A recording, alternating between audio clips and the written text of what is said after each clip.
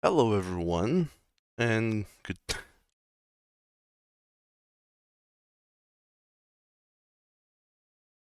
Hello everyone, it's me again, Doug, and I'm back, like I promised, to talk about the second episode for We Got Another Year and a few more other things as part of this devlog series things that I'm making. So originally I intended just to talk about We Got Another Year as in episode 2, what's going on with it, and then get to that. But I decided instead just because that will be spoiler heavy for the people who want to play episode 2 blindly. I'm not gonna be talking about that just right away. I'm gonna first be doing a quick playthrough of the first episode and just talking about some design points here with you guys. And also some horrible ideas that I had during those times and just how I do that differently, I suppose. So, let's get to it. It's the game that you all know and have played already, I hope. Um, One of the cool things that starts with it is that as soon as you boot up the game, you hear this amazing song by Midnight Animals. I talked to them, got like permission to use two songs, which are amazing, great, and I just wanted to use them somewhere like important. The first song I used in the main menu because it just has this vibe. The second song plays in the introduction whenever you choose to go and start the new episode. So, like I said previously, when you boot up the game main menu, the first thing you should be seeing is the options to the left and language. Please have these in your games. And one thing I really liked about Rampai is how the language thing is super like reactive.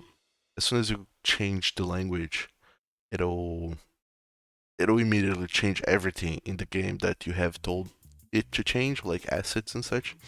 Currently just changes the text and there's nothing else that would need changing. But still, it's just immediate. If you're in the middle of like talking to someone and you change the language, it does that immediately. That's just amazing. That's marvelous, and I love that. So if you go here to the credits, you can see a list of people that has helped me with this game. Um, Also all the patrons. All of them are here. Thanks to all of them.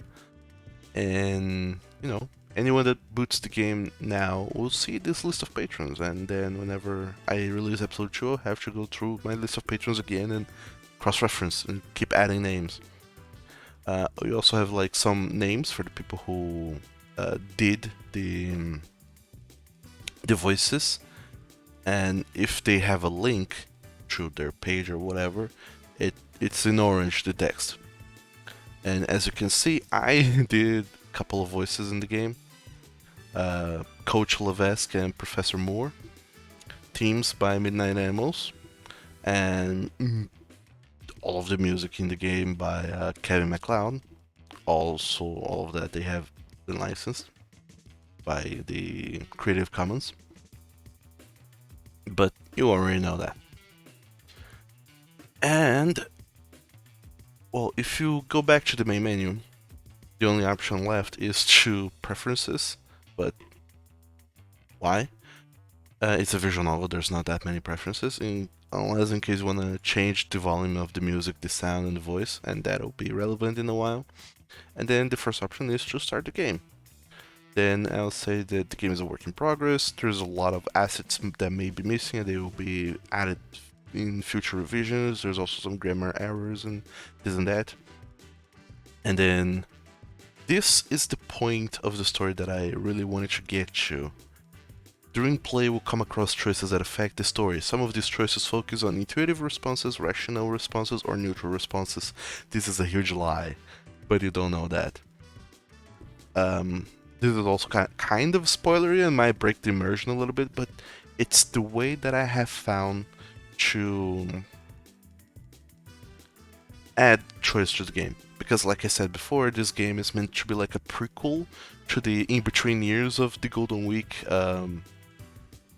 6 and 7, or rather the beginning of the Golden Week 7 and the end of the Golden Week 7, in which everyone just goes their own way, and Matthew meets Rob, and they get together. It's meant to be like a spin-off for those in-between years, from the point of view of Rob. So we know how the story ends. It ends with Rob and Matthew together, in theory. But if that's the case, if Matthew and Rob are gonna end up together, there has to be a little bit more to that. And the little bit more to that is currently just some small changes to the story, like you do these instead of doing that. But ultimately, the story is very linear. You will end up with Matthew at the end of the 4th episode. So, the thing is, if this story is super linear, how do I add choices that does not change the story that drastically and dramatically? The first idea here that I have is adding choices that has to do with your friends. So Chaos, Leland, and to a smaller extent, Jane, also Jimmy Johns, and perhaps your boss even, who knows. The idea for the story is that as time goes on, you get to interact with those people, and then there's some choices involving them, or you can kind of make choices regarding them. And I wanted to have like a major choice involving each of those characters. That happens a little bit further on, and it just kind of changes the dynamics between you and this other character, but it doesn't change the overall story. So the game would have like 7 choices at best, if that were to be the case.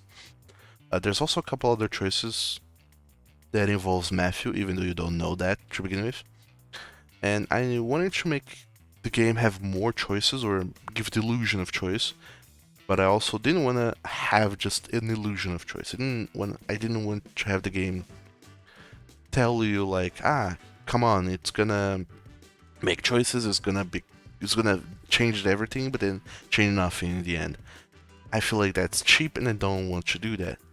So I kept thinking, how can I add choices that change the game but doesn't change the game that drastically? Because if it does, then it's a heckload more work I have to do. So this is the solution I came up with. This mental shift that Rob has. It's an invisible counter that nobody can see, but Rob mentality starts like at a 0, and then it can go up to 10 or down to -10, depending on what you choose. So if you keep making intuitive choices, it'll keep going up towards the 10, and if you keep making rational choices, it'll go back down to the -10.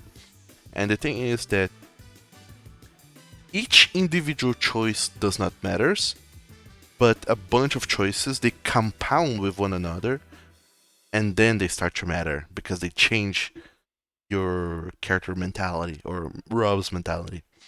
And changing the mentality does affect the game in small, minor ways for the first episode, but I'll talk a little bit more about them here. So, if you want to see those markers, it breaks a little bit the immersion of the game, but I thought that maybe it would be a good idea to indicate that to players in case they're trying to make different choices along the game, and keep in mind just more or less how the game is going. So yeah, let's have those. So then you get to choose an episode. One thing I wanted to do is that whenever you hover over an episode, for the background to change and show like a splash screen for that episode. I just don't know how to do that, so I didn't. But I want to. It would be fun to have like an actual background here for this introductory bit, because just black background is kind of lacking, so I wanted to have something else. But I don't know that Rampa has something that is reactive, as in you hover over an option and change something that has to do with the background, because the options, that's an object, and I can make an object interact with itself in the RAMPI code, but making this object interact with another object elsewhere in the code is a little bit more complex. I don't know how to do that, but I'm gonna be looking into that. Maybe by episode 2 or 3 or 4, I will manage to add that. Especially because I would add a little picture for the other episodes, but I don't know exactly what they're gonna be yet. So maybe it's for the best. So then it shows the episode 1 lonely, and then the story starts, the music changes to the other theme that Midnight Animals has produced, which is also lovely, but a little bit more chill, so it kind of has this vibe of, let's talk, let's do something. I thought about using this music for one of the other many themes I have throughout the game. I just couldn't really think of who should get this theme. So I decided that it would be like this introduction, the prologue, and the epilogue theme. So this is the scene where Rob is talking to someone. You don't know who that is, and at this point you don't even know who Rob is, but you quickly realize that Rob is talking to someone about how he has met someone, and it's still kind of like up in the air, but the idea is that Rob is talking to someone at like maybe, I don't know, some big party of like, this is my boyfriend Matthew, and this is how we met. And yeah. So this introduction is just Rob doing a little bit on the rainy. The screens in the back change to show different screens of like, it's a game by Douglas, and then with themes by these people, voice talent. These are the people who have lent their voices to the overall game, which hopefully will be expanded in the upcoming episodes, both those columns. And then the title, we got another year, and then episode 1, Lonely. Nothing too fancy. The music fades, and then we get into the episode itself. And from now on, I'll just start skipping a lot of stuff because it's just a story. There's a lot to say. So, backgrounds, kinda lame, I know. I mean, I've seen what people out there can do, and considering that I've done every single art asset in this game, I know that the backgrounds are kinda a little bit lacking. Could have done a better job with them, but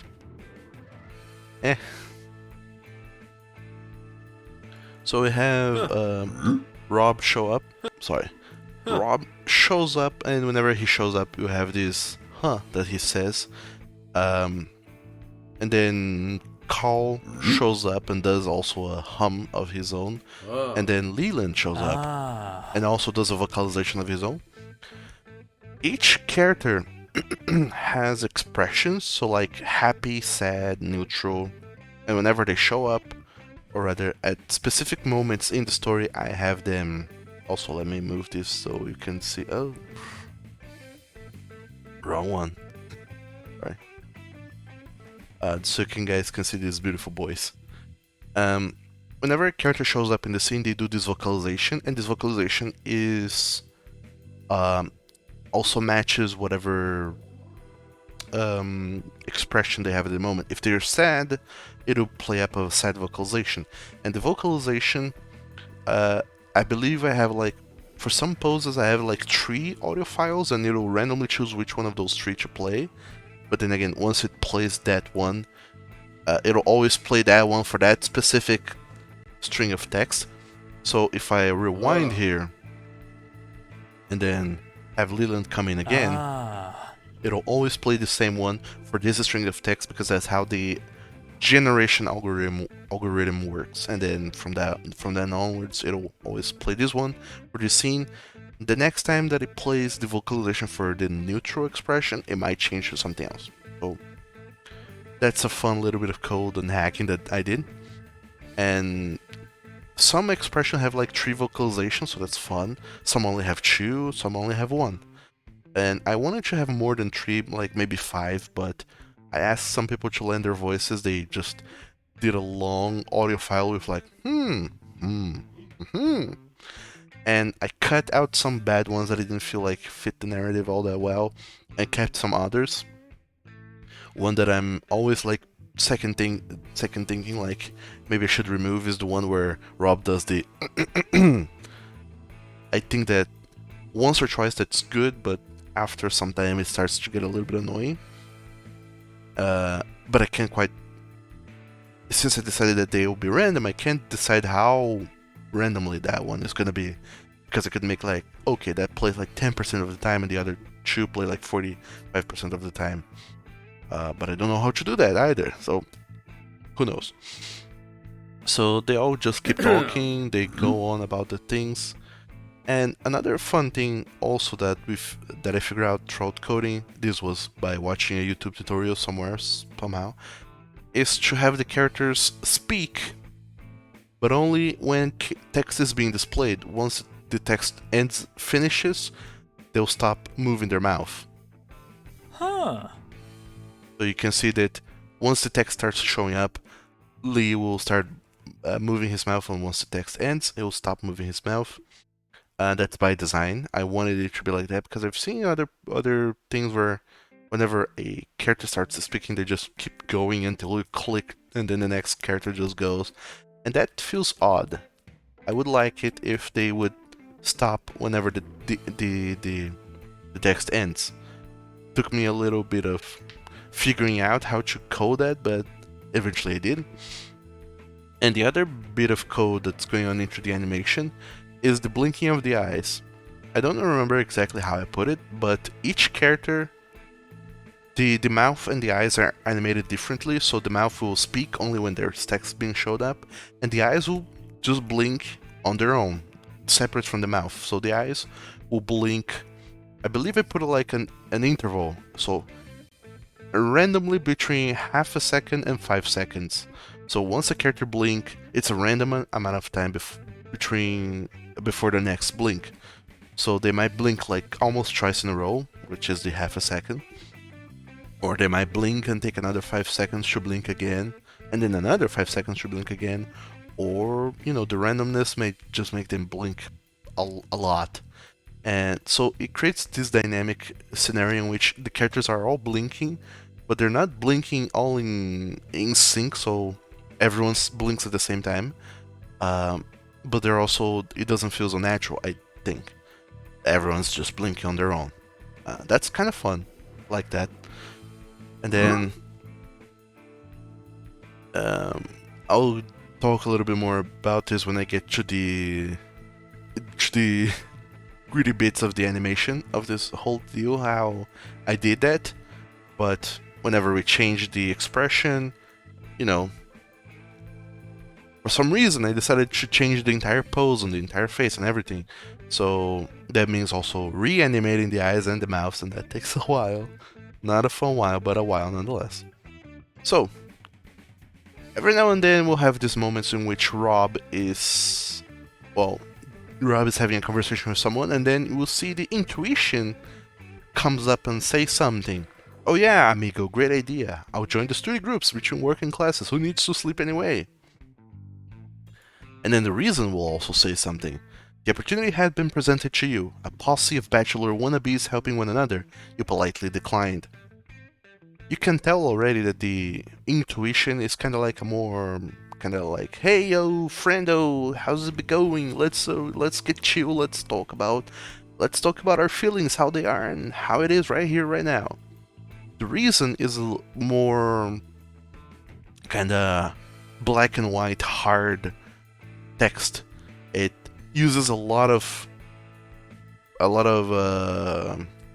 what's called periods in the sentence. It'll always be punctuating sentences hard and concretely. It's meant to be kind of like a cold assessment to the scene, and it also uses a little bit more of a eloquent language, and will never use slang or jargons or stuff. Whereas in the intuition, we'll just use whatever slang it can pick up at any time. Sometimes it'll even swear. I think. I don't remember how I've written it. But the intuition is meant to be this kind of like loosey-goosey personality. And the reason is meant to be this more like hard personality, um, analytical, so to speak. And these are the two sides of Rob.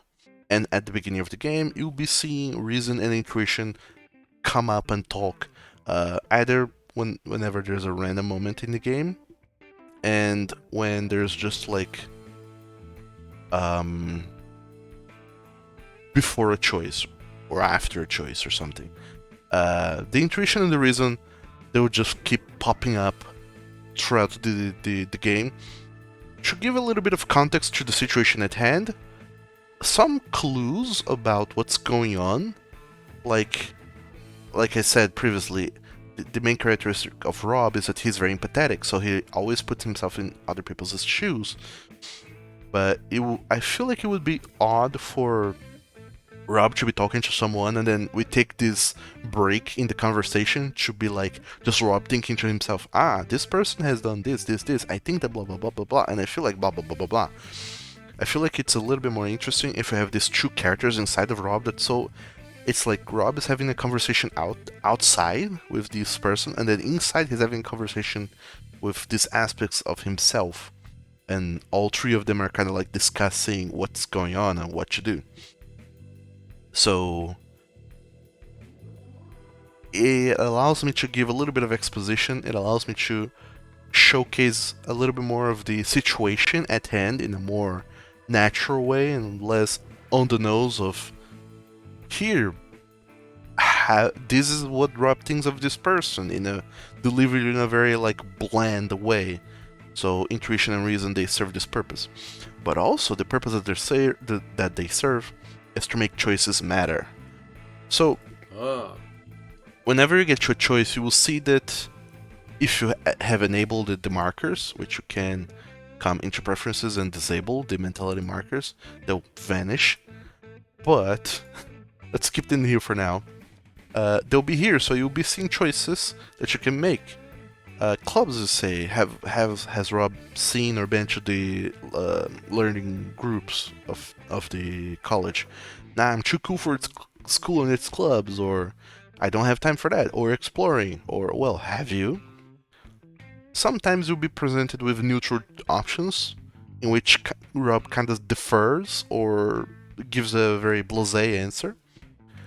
Or you have the intuition answer, which is more like, a more playful personality of him, or the more down to the ground personality side of Rob, which is the blue choices, the reason choices. I also have them like circles and squares to help with people that can't quite see color that well, which is also what I explained all the way back in the beginning, what each one means. So, like I said, Rob mentalities begin at a 0. And every time I make a choice that is coded with reasoning or intuition, it'll change 1, either towards a 10 or towards a -10. But currently it is at 0, so I'm gonna make the blue choice, and then it'll go down by 1 to -1. I don't have time for that or exploring. Then the reaction that plays is different for Rob. Sometimes the characters reply differently to what Rob has said, but more often than not, they'll just ignore completely that and just go to the next thing. So no matter what you choose, Rob says a different thing, but the other characters, they just reply and react the same way. And it feels a little bit cheap, but what matters here is that this choice has mattered because Rob's mentality has changed. So the characters keep talking, and then more back and forth between them, and then another choice presented like seconds, like minutes between one and the other. Less than a couple of minutes, you have another choice already. Let's go with the blue choice, where now we're at -2 for Rob's mentality. And then, more back and forth between the characters. Let's actually just skip this content. We don't need to see that. Then we get to another choice, and you'll notice that this choice has no markers indicating anything. And this is by design. Usually when a choice does not have markers, it's a choice that actually affects something else.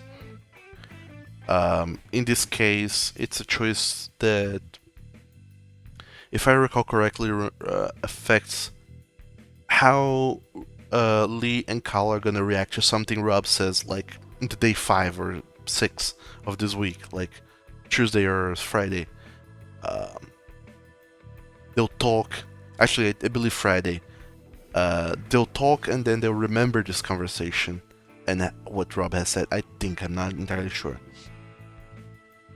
So Oh, usually this doesn't brings a mentality shift with Rob if they don't have something saying, like if it doesn't have the marker, it doesn't, but it changes anyways.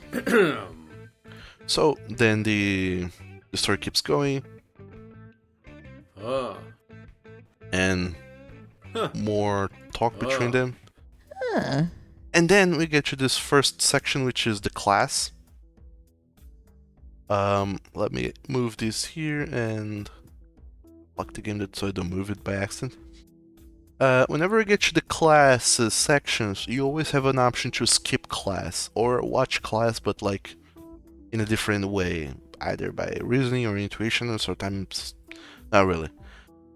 And this is a fun little bit where if you choose to watch classes, you get like a little thing that I have written for the class itself, and it's all based on classes in college that I've taken myself.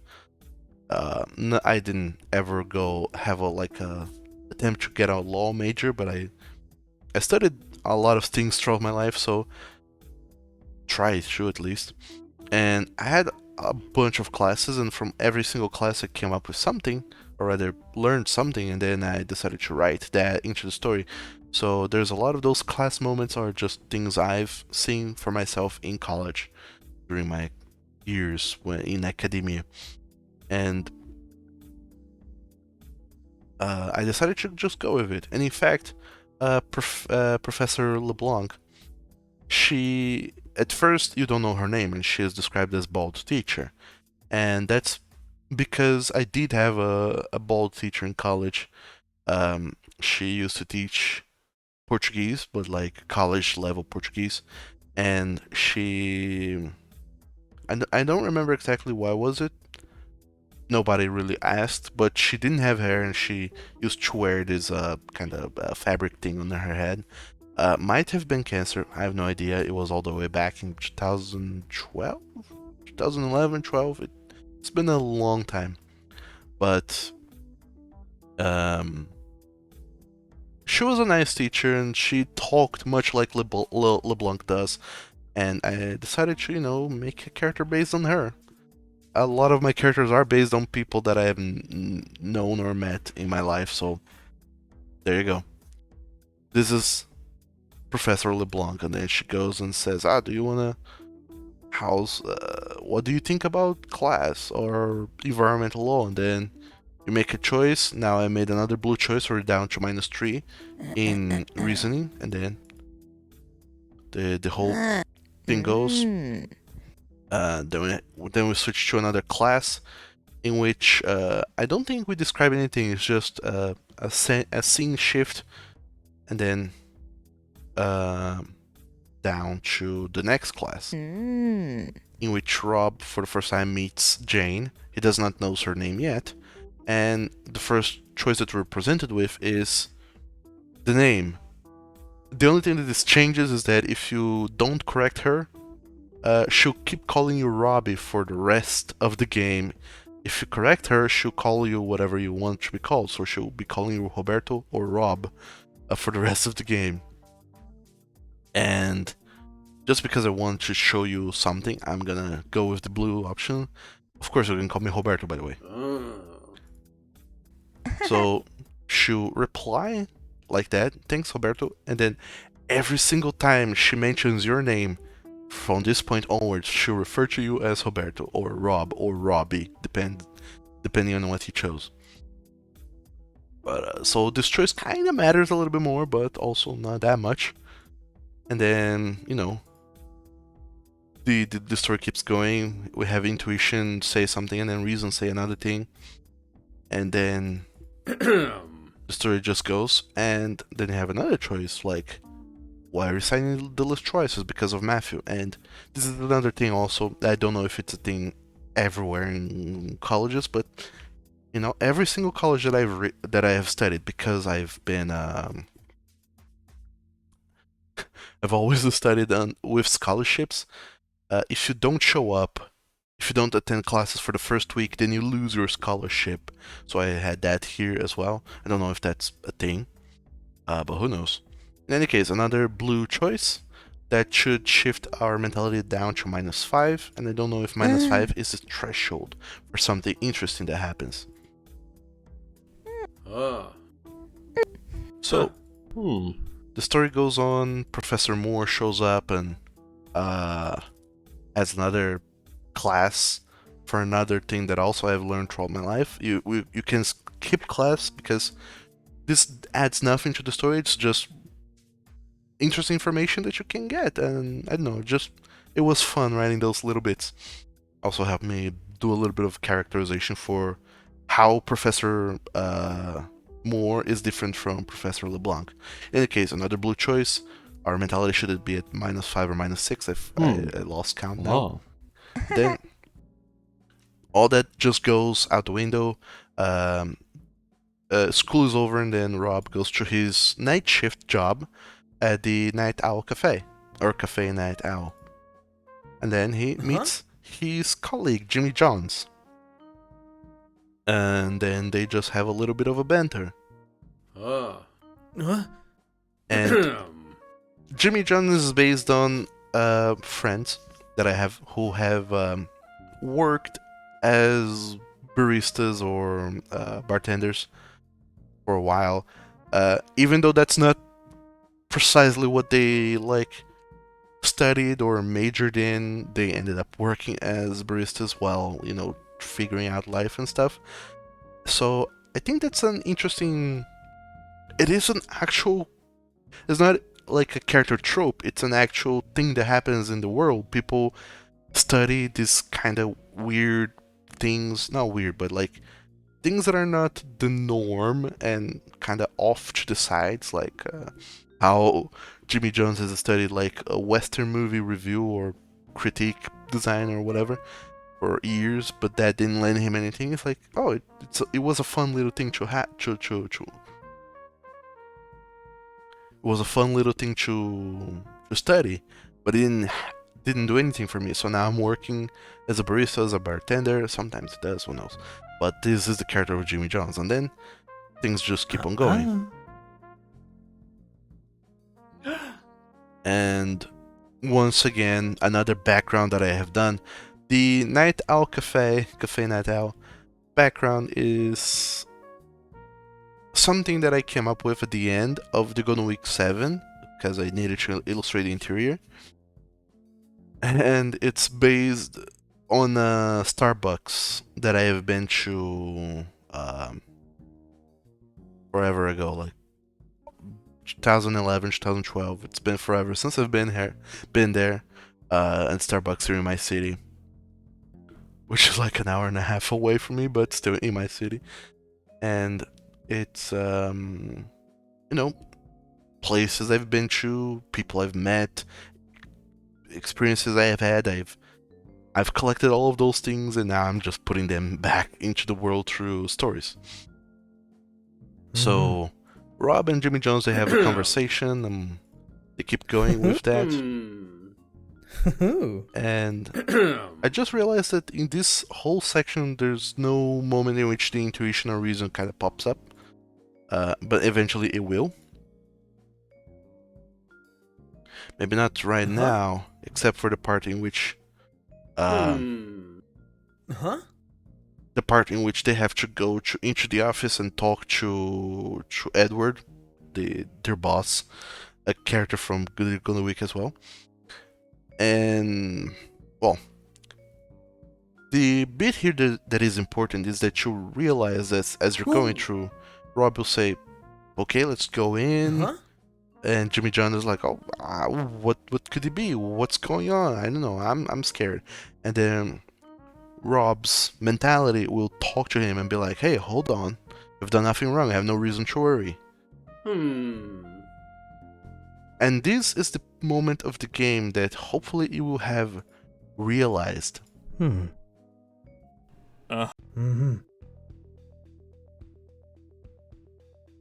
Rob's mentality is reason and intuition. But depending on the choices that you make and how the mentality shifts, you stop listening to one of those two and you hear more of the other. So because I've been going only with blue choices currently, Rob is going like full down into reason territory. So he'll stop listening to his intuition and he'll hear like there's the reason that he listens to that he happens to have, and then there's the reason that he happens to have only if his reason is like below -5. Or there's intuition lines that he only gets to listen to if his intuition is above 5 or 6, one of those numbers. And this is how I make these choices matter.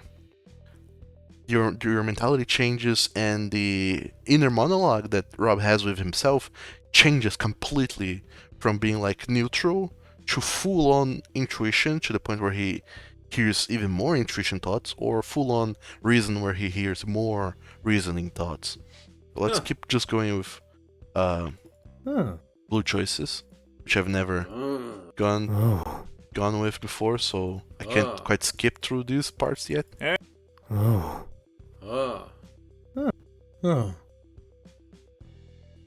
So then we get a reason mentality, and depending on how you play this section or the game up until now, you hear more lines from reason. I don't remember exactly how I've done it, but like I believe there's 4 lines for each. Four for reason, 4 for intuition. 2 of those are like neutral, so if you're in between the -5 and +5, you hear both of those. 2 from reason, 2 from intuition. If you're full on intuition, you won't hear reason, these 2 lines of reason, but you'll hear all 4 lines of intuition. These new 2 are a little bit more extreme. On the other hand, if you went for reason, you'll hear these 2 basic lines of reasoning, but then 2 more harder, deeper lines of reasoning. And as it happens, you also won't hear any intuition thoughts at all because we've gone full blue Rob. So disciplinary measures are necessary for the betterment of their personalities. The lack of anonymity is concerning. Brace yourself for the conversation with the coach. They don't share your classes, they share your campus. It will happen upon them eventually. This is worthwhile keeping in mind. So this is just things that Rob's mentality kind of tells him, little clues about what's coming up next, and this clue, like in universe, works a little bit better than in game, because in universe, like, hey, if you snitch on these guys, they might find out about you and such, so that's bad. But in the end, I don't even have the other players show up in the first episode. I'll have them show up in the second episode. So that's the thing. But it is a clue that eventually you will interact with one of those guys, Matthew. If you read the Golden Week, you know, like, oh, Matthew is somewhere and he's coming. So that's a clue in for that as well.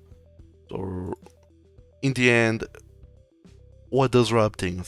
Does he think that he needs to tell on the guys? Should he snitch on the players, or should he just let it go? Depending on what he chooses, Jimmy Jones is gonna be like, "Hey, thanks," or he'll be like, "Hey, man, why didn't you pick up? Why didn't you side with me? Why didn't you let them go?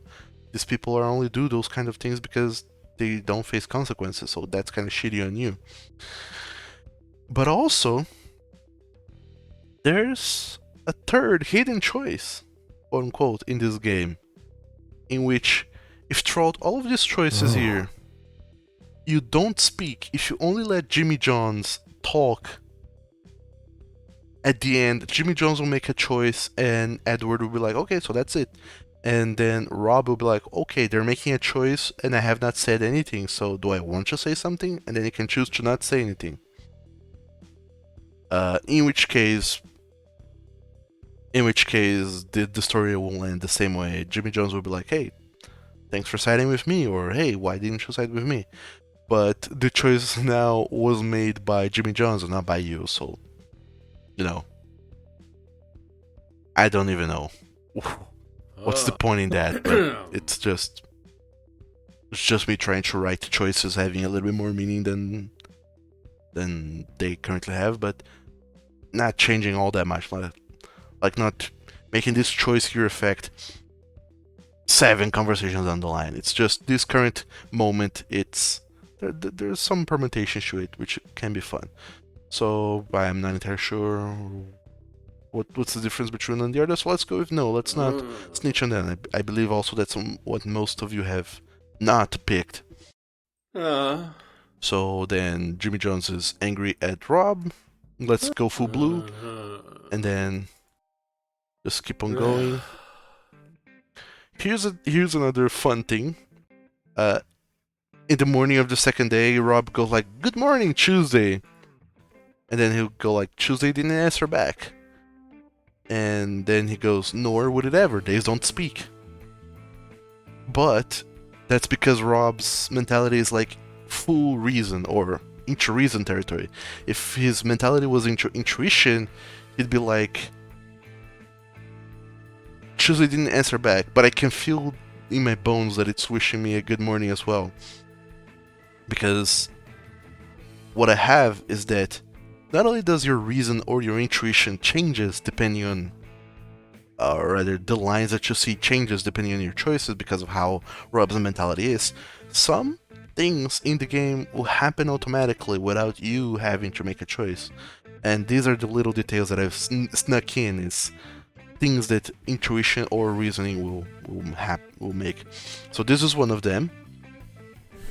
There's a few others, I don't remember which, but a big one is at the very ending, the last day when Rob meets Matthew.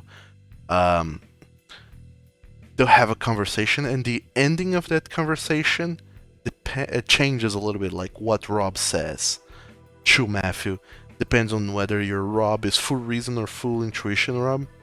And then there you go. For now, I can just go with. I'll just keep going with like either blue choices or neutral choices because I don't want to bring Rob's mental state back up to, or rather, shift it towards intuition. So Carl goes and makes a pun about the Bacon Man show or something, and then Rob's intuition or reasoning will pipe up here.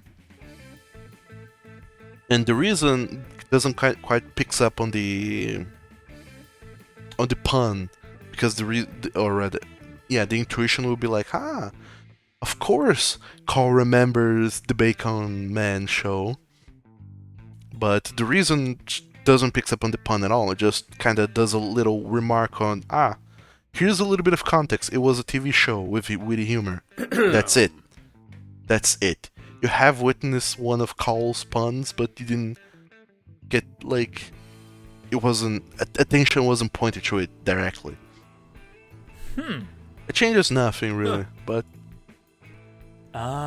just some changes in the overall text that I believe would be fun. And here as well, whenever Lee's talking about what he thought of class, you get some. Rob will think a little bit more about Lee before saying something, and then intuition or reason will pop up to give you a little bit more context. So reason will full-on reason will go and say, Lee is a sociologist. He cares not for legislation, but for individuals and their unique stories. Lee is displaced in his career. His interests lie elsewhere. And then that's where you might get a little bit of an idea of, hey, maybe you don't want to do law major.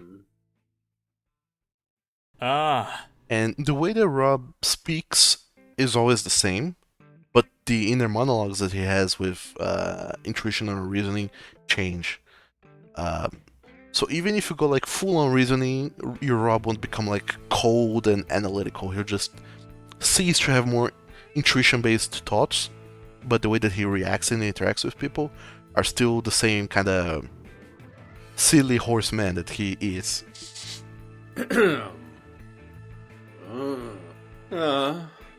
So you will notice now that every time that Rob has an inner monologue, you don't see intuition at all anymore. It's just reason. So that's the way in which the game changes with those choices. There's a shitload of choices. Sorry, there's a bunch of choices, and they don't change the story per se. They don't change the way things are going, but they'll change how Rob reacts to them inside his head and at the end with Matthew. For episode 2, I'm planning on having more changes go on. Like, you know, Reason Rob will maybe do or act differently than Intuition Rob, and see just how else I can play with these things. One thing that I was thinking all the way back into designing this game is that I don't want to lock any choices from the player. So like,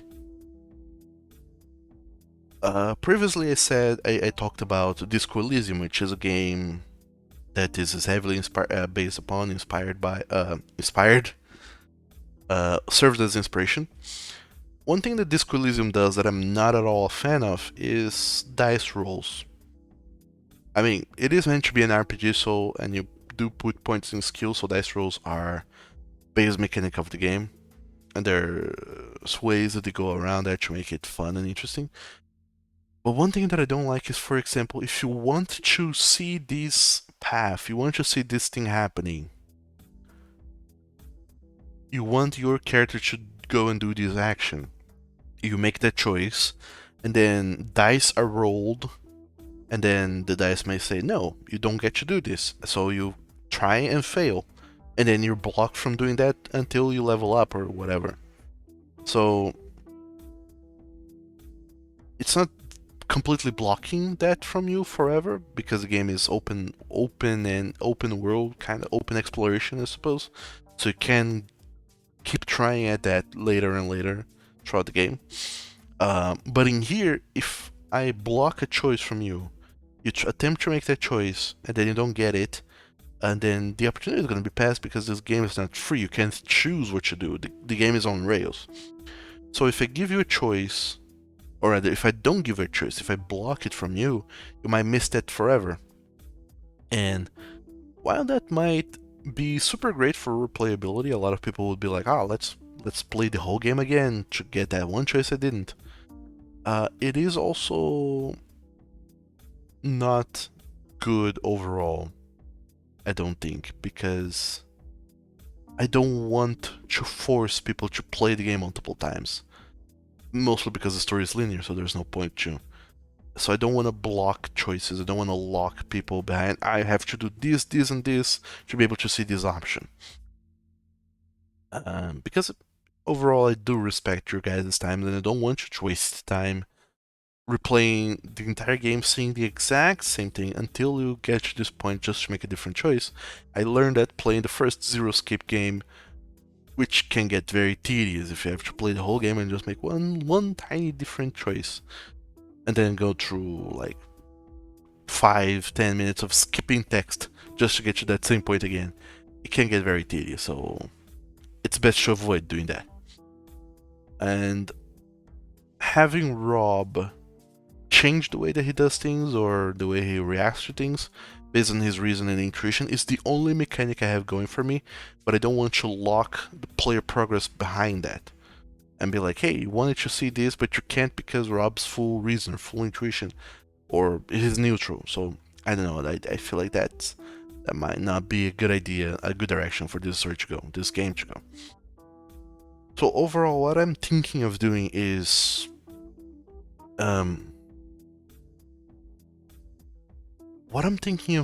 have Rob keep his mentality states. They'll carry over through the next episodes. But in the last episode, it'll determine something else.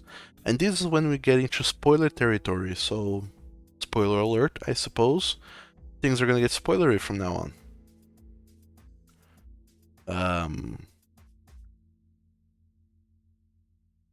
In fact, let me go back to the main menu to hear that kick-ass song by Midnight Animals again. So, the way that the game will happen, in my vision, for episode 2 now is that in episode 2, let me just read back this little script that I wrote. The first scene will be Rob and Matthew going to Rob's house, like, hey, you're done with work, can I walk you home? And then they do, and then they're like, hey, are we gonna bang or we're not gonna bang? What's gonna happen? And then Rob will be left with that decision of, okay, I'm Ace, but what do I tell him? I definitely don't want to be having sex, but I like this guy, so but what do I do? And that choice will ultimately rest in the hands of the player, for better or for worse. And then after that, things will develop between Rob and Matthew to some degree. And then it's gonna be the weekend, so we'll see Rob with his friends, Cole and Lee, because they have. I didn't show this in the playthrough, but they have this school assignment that's coming up.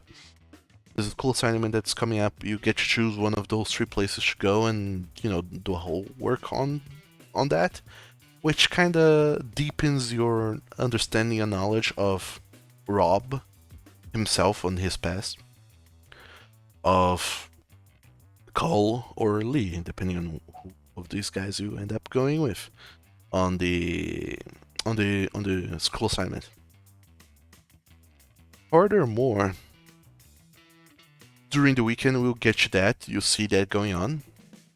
Then the week will start again, and that's when things start to get a little bit spicy. Since we have seen what Rob's schedule is, there won't be a lot of change into that, so I'm gonna start skipping days or skipping periods of time where nothing big or interesting happens. And maybe that's when I will start offering, like, hey, based on what choices I've made previously, what do you want to do next? Like, if you have Matthew booted from the team because you snitched on the team, you may try to go and talk to Coach Levesque to be like, hey, can we get Matthew back into the team, please? Or this or that, I don't know. Or like, hey, let's go spend more time with Cole, let's go spend more time with Lee. I will try and come up with ways of giving player more choice so they can, see a little bit more of their favorite characters. And ultimately, that should help shape a little bit of how the ending is gonna be. Going forwards then, with the beginning of the week, Rob has an interview with a law firm that he wants to get an internship in, and it was like quickly alluded to in the first day of the game, or in the evening after the day is over, and Rob is like going through his how was the day, what choices have I made portion of the game. He'll be like, I need a better job, and there's one place, the last place that I have applied to, I hope things go well. So things will go well. He'll go to the, I believe it's Clark and Miller, law firm, And there he'll get an interview, and then the guy will be like, "Hey, you're good, you passed. So do you want to come work for us?" And Rob will be like, "Heck yeah, I do." And that's where things get interesting and the whole thing shift because Rob is feeling deeply connected with Matthew, so they are going to be having a thing together. But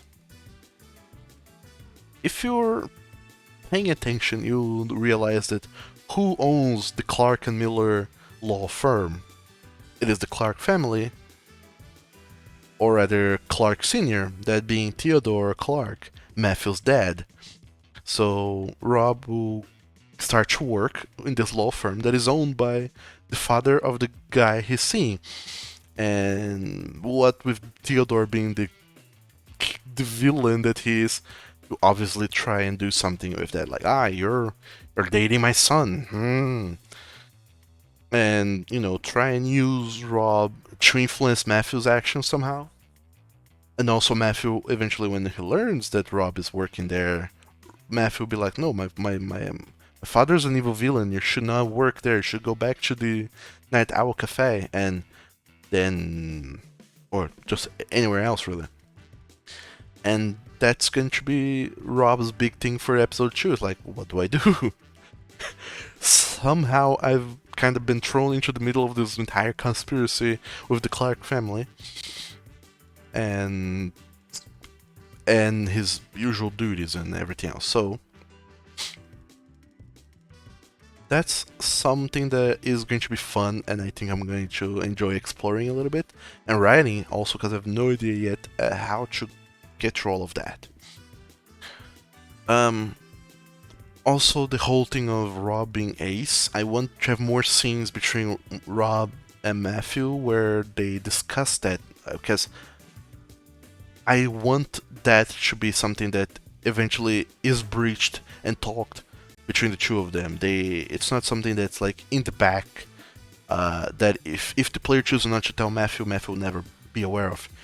Rob will eventually tell Matthew that, and then the way that Matthew reacts and how he goes about it changes depending on like how other things have gone up to that point, and I have no idea yet. But I want them to have that conversation, and for Matthew to be like, okay, I don't know how, but I'm going to try because I like you. Try to understand it, all that, good jazz. And I want the characters to have that conversation. I also want the characters to start having more interactions with one another, and also get to the end of this whole school project between the usual suspects, Rob, Cal, and Lee, and also,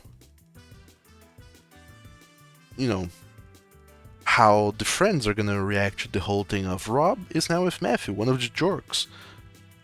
What now? So, depending on some choices that you've made, I believe like Tuesday or Friday morning probably, Rob can talk to his friends and he has the choice of saying, I think Matthew is problem, or no, I think Matthew's alright. And if Rob goes and says, I think Matthew is problem, his friends are going to be a little bit more resistant to the idea of them being together in episode 2. And I'll see how that changes because that's a little bit fun to experiment and see what's what. So overall, that's my plans, my ideas for episode 2. And other than that, I don't know that there's anything else. I've alluded to the ending a few times, and I also wanna, just put that on paper right now. I might change that completely, but I wanna talk about that. My idea for the ending, for the very, very, very, very far ending of We Got Another Year, is that the end of episode 4 is when we have these prologues at the beginning of the episode of Rob telling someone else like, this is how I met Matthew and now we're together and this and that. It'll be like a party or an event or whatever. And at the end of episode 4, we get to that point in the story where like months or perhaps a whole year has gone by, and things have ended. They are together, but something happens. Ooh. And there's like a big break in the relationship or something big that happens. I don't know what yet that will be, but something will happen. And then Rob will, in episode 5, Rob will have a choice of like, okay, do I attempt to fix things with Matthew? Does Matthew deserve a second chance? I don't even know if Matthew's the one who's gonna do something weird, but knowing the boy, it probably is. And following that, if Rob and Matthew do not end up together at the very ending of the game at episode 5, then Rob will learn after years of college and talking to his friends and everyone else at the school that, hey, maybe one of you guys are like fun and you have been there for me for a long time. And I was thinking of just having like, if throughout the entirety of the game you interacted with this character X many times, then at the end you get an option of like, hey, do you want to bang this person or be with this person? But I don't think that might be a good way of doing that. I think it's best if I just, when it gets to the end, it's just like, okay, so now pick and choose which character you want to spend time with. Who do you want to be with? Because ultimately, people don't want to replay 4 entire episodes just to make a decision in the end of like, who do you want to be with? But also that then makes the entire game kind of a waste of time.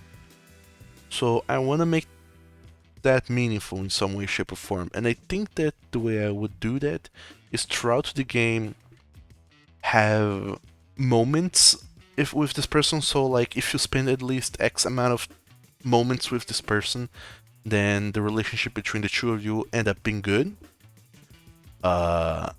And also it changes a little bit depending on whether Rob's mentality is like full intuition, full reason, or just neutral. And I don't know, I guess I have no idea how to write that because say I do that, and let's go with Call for example, because he's here in my screen. If Rob has spent a lot of time with Call, then we go with the good ending, good Call ending branch, and then there's the good Call ending with Rob's mentality at reasoning, neutral, and intuition. And then there's the bad ending where they didn't spend enough time together. Bad Call ending with the branches of reason, intuition, and neutral. So that's 6 endings per character. And I'm not entirely sure how many characters I'm going to be adding yet, so that would be a lot of characters, a lot of endings. Which I'm just not a fan of the idea of the amount of work it would be to write part 5. But considering that part 5 would be exclusively how Rob ends with these people, might be alright. I don't know. So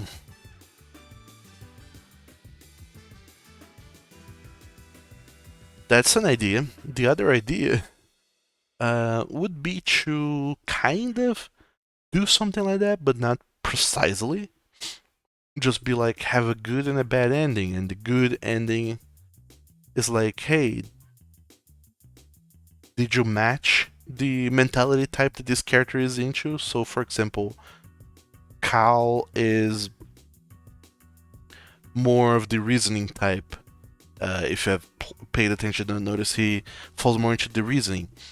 So, if Rob's mentality is through reasoning and he decides to end up with Cal because they match, then you go to the good ending.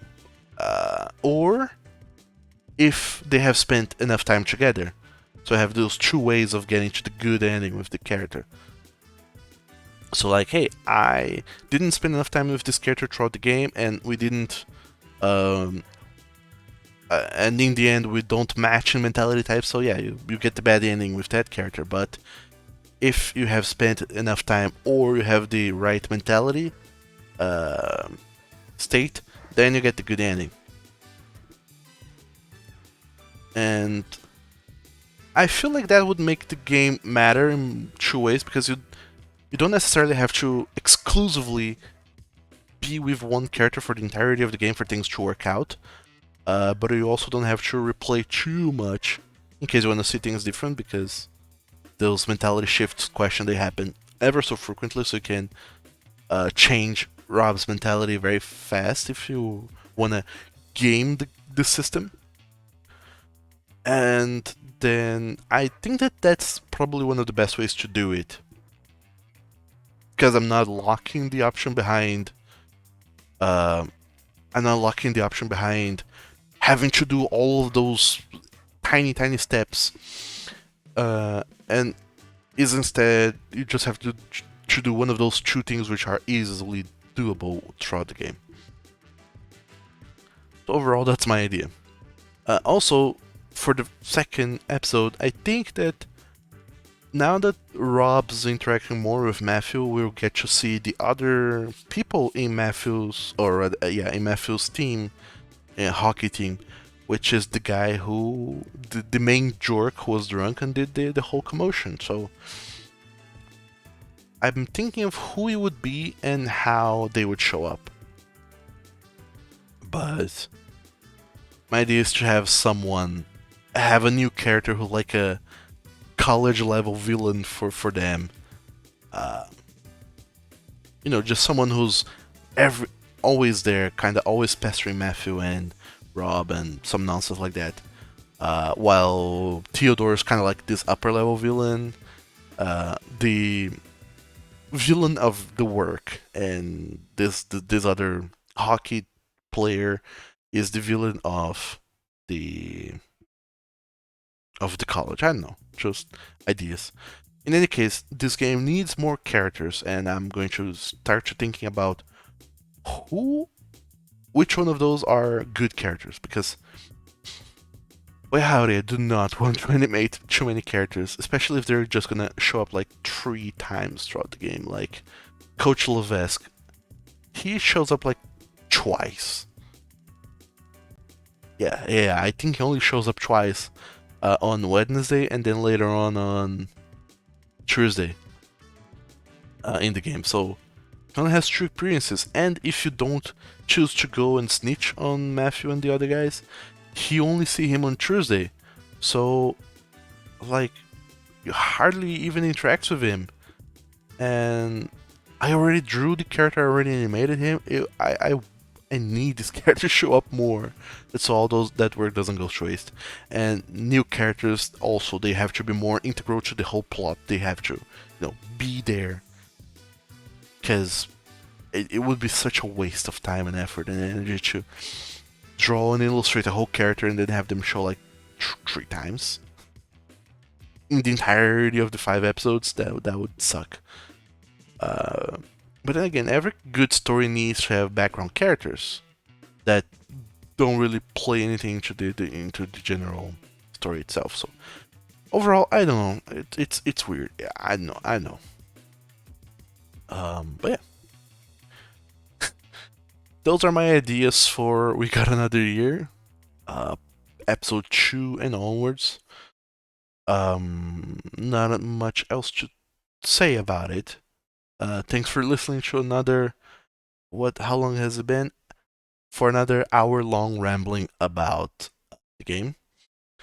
I hope you are interested in seeing what's next with this, because I am. And for the next devlogs, probably they'll be a little bit shorter, maybe not, maybe they'll be a little bit longer, I don't know.